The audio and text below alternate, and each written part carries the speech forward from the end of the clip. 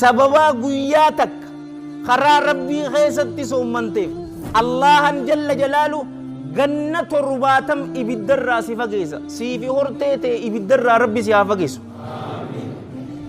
Taan sadaqaadha ahbaabii fillah. Dardarri salaatu taraawii wanni dadhabeef waan humna hin qabaanneefi miti bar irra hedduu isaanii sammuutu dadhabeen awoo dalagaa man barbaanne yoo jetteenis sammuu isaati dadhabe malee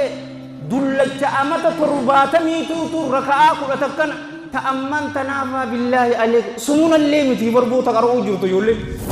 maqraa qara'uu jirti bar dadhabee jaa as bira rakkoon ni ilaalta bar sibiila kaasee bar qaccee cufa qaba kushaappii dhawee garuu raka'aa lama salaatuun danda'u